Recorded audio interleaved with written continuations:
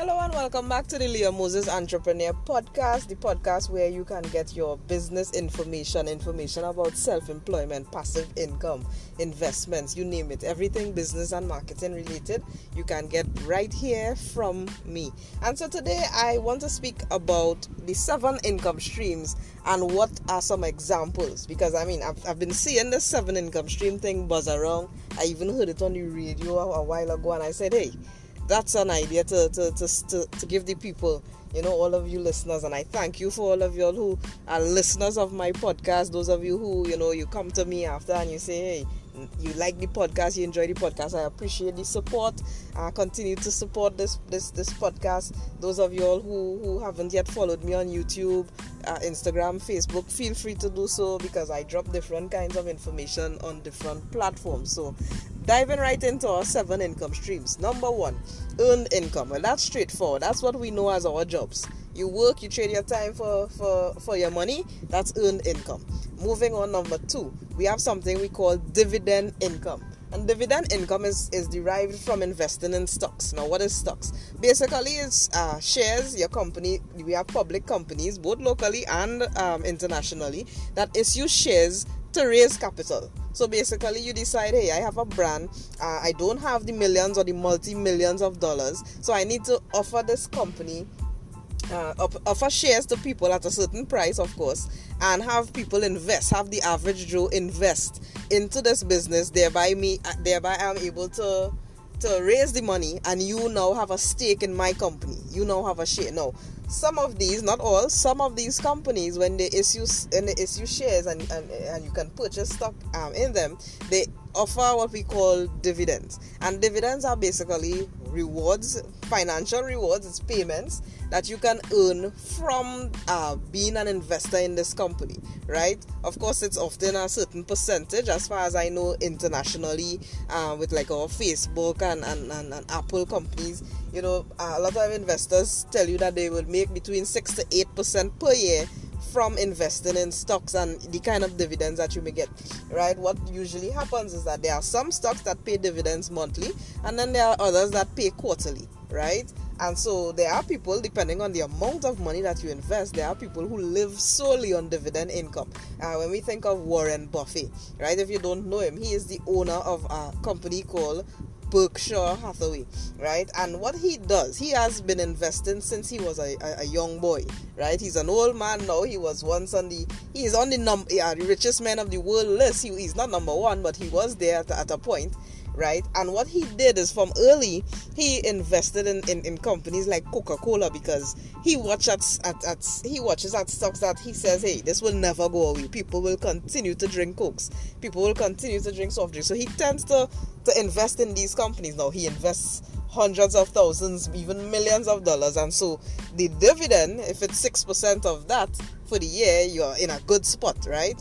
However, it is an option, and so that's dividend income. You invest in companies. A lot of international people use apps like Robinhood for the ease, and Webull and so on, for the ease of just investing in stocks of companies. And we're talking companies like Apple, Google, we have locally Republic Bank, so on. These companies have shares. You could have purchased shares. Of course, your ideal thing is to purchase shares when the price was low, or if you expect that this company is going to, increase or grow, then that share price might be, even double in the next 5-10 years, whatever, right? So that's the true key to investing in stocks, right? And there's a person on YouTube I follow by the name of Andre Geek, and he has made a lot of his money just on being a investor in stocks, right? He doesn't trade the stocks. Trading and investing is 2 different things, but he has stocks to the tune hundreds of thousands of dollars invested, and so these dividends pay him, even though it's just about 6 to 8%. They give him what we can call an entire month's salary just off of his investing, right? So that's your dividend income.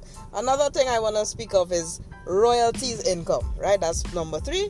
Royalties income is basically from you creating a brand, a product, a service, a software, and licensing that out or allowing people to use it. So what comes to mind immediately is like Subway, KFC, If you're a musician, you may have made a beat and you allow people to purchase that beat, purchase the licenses to use that beat, right? It always happens. Anything that's copyrighted, you can have that as, something you can lend out to people, have them use it, and they will owe you. So the KFC family, even though the owner is long gone, passed away, his family still earns royalties income because of that brand that they allow people to set up as franchises all over the world. And we know right here in Trinidad and Tobago how much KFC outlets we have. So you can imagine just here alone the royalties that go back. It's huge, right? So that's your royalties income. Michael Jackson is also another example of royalties income from his music that he would have produced that one time, right, and have people use it and so on. His estate, his family continues to earn royalties income. Now after that we can go to real estate income, which is another kind of straightforward thing. A lot of people tend to know, hey, if I can just build up some apartments and rent it out, I could make real estate income. Or you can purchase a property that's already built and put it for rent, right? So that's your real estate income. It's quite straightforward. So that's 4 income so far. Just to recap, you have already your earned income, your dividend income, your royalties income, earn royalties, dividend, real estate, right? Another income type you can earn is something we call capital gains. And capital gains income is really just from investing in an asset that you intend to have increase in value, right? So some people will use, a house, for example. If you bought a house today for $1 million and in 5 years this house is now worth $2 million, that's capital gains. If you bought painting, right? In the wider world, art is a very, very, very lucrative industry. And so you have people like Jay-Z, speaking of art, right? You invest in a piece of art that's probably 1 million. And then as time progresses, that art can be easily 8 million. Right? And so that difference between the 1 million and the 8 million, that's $7 million profit, is what you will term as capital gains income. So you can always think of, what asset may you have, and may I put this in right here, since I'm a cryptocurrency and a Bitcoin advocate, right? Over time, Bitcoin increases. Think of the people in 2009 who were buying this coin for 10 cents, right? Think of the people 5 years ago who, were paying less than $5,000 for one Bitcoin. And today, even though we have our corrections taking place and the dips taking place, BTC is still over $45,000, right? For one, and it started from that mere 10 cents, right? So capital gains, you can also, if you it doesn't just have to be, some expensive property, because you may be thinking, oh my gosh, I don't have that money to buy anything to sell over, to gain that money from an asset. I don't have money for an asset to sell and to gain that income from, right? But Bitcoin allows you that, right? Some people will even say, some people even use Ethereum. That's also a cryptocurrency that goes up over time. It started from a very little amount and it's now, a substantial amount if you invested early. So that is your capital gains income. And another form of income is your profit income. And your profit income is basically when you buy something and you resell it, right? So you purchase, let's think of you can buy clothes and you can sell over clothes and you make a profit, right? You buy low, you sell high. That's basically profit income. That is also straightforward. And your final income, your final one of the 7 streams of income that are usually spoken of, is what you will call interest income. And you get interest from, think of a bank. When you lend your money, usually people have to pay it back with more. That more is interest. So you borrow money. If you think of you being the customer, when you take a loan, right, you don't just pay back from a bank. That is, you don't usually just pay back what you borrowed. You pay back a little more, and so that's interest income, right? People in the past, before the banking system was established, we have great men that went by in the 18th century and so on, who got wealthy because of doing that. They did interest business. So I lend you $5,000 today. I expect you to bring back $6,000. That $1,000 represents interest income, just because I would have lent you, my money or so on, right? Just like when people buy, treasury bills and bonds and so on, you get interest on your money. So these were the 7 streams of income.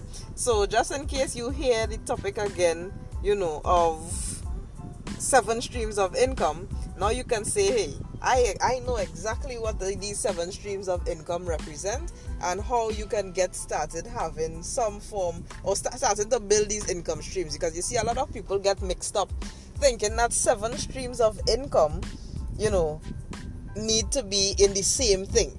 So they would think, here's what, I am going to focus on profit income. So I'm going to sell jerseys, I'm going to sell food, I am going to sell something else, right? You're flipping things, right? That's just, yes, there may be 7 different businesses in one income stream, right? It doesn't have to be that way. You can diversify. True diversification is not necessarily in the same space, but really in something else. Because, for example, let's just say something comes and happens. For example, let's use a live case. Walmart, right? Would have been the leader in retail over the years before Jeff Bezos came out with Amazon.com. So these are the kind of challenges that can come up. And because of Amazon, a lot of retailers, while Walmart was still able to thrive and so on, there are other smaller retailers that couldn't withstand the competition of Amazon.com. So what I'm saying is, if you're thinking about only using one stream, one source, right, be it profit income, and then somebody comes on with an online system, or somebody comes out with a delivery system, right, you may lose out on that business if you have a brick and mortar structure, right? Something could happen, some new system, new technology, and times are changing. Something can come and blow you out. So if you're only, focusing on profit income, right, you are at huge risk. If you're only focusing on rental income, again, you are at huge risk. So that's why the millionaires of the world, their example is that, hey, diversify into different kinds. So you have, again, from I will say it in any order because I do this thing without a script. So you can choose to have earned income. If you like to work, you enjoy what you do, by all means you have earned income, right? That's one stream, right? And so to protect yourself from that, you don't go and try to get 2 and 3 jobs to say, hey, I'm diversifying my income, right? Because anything could happen. Look at coronavirus. There are people who had 2 and 3 jobs, right? And coronavirus knocked every last one out of the door. So you have earned income.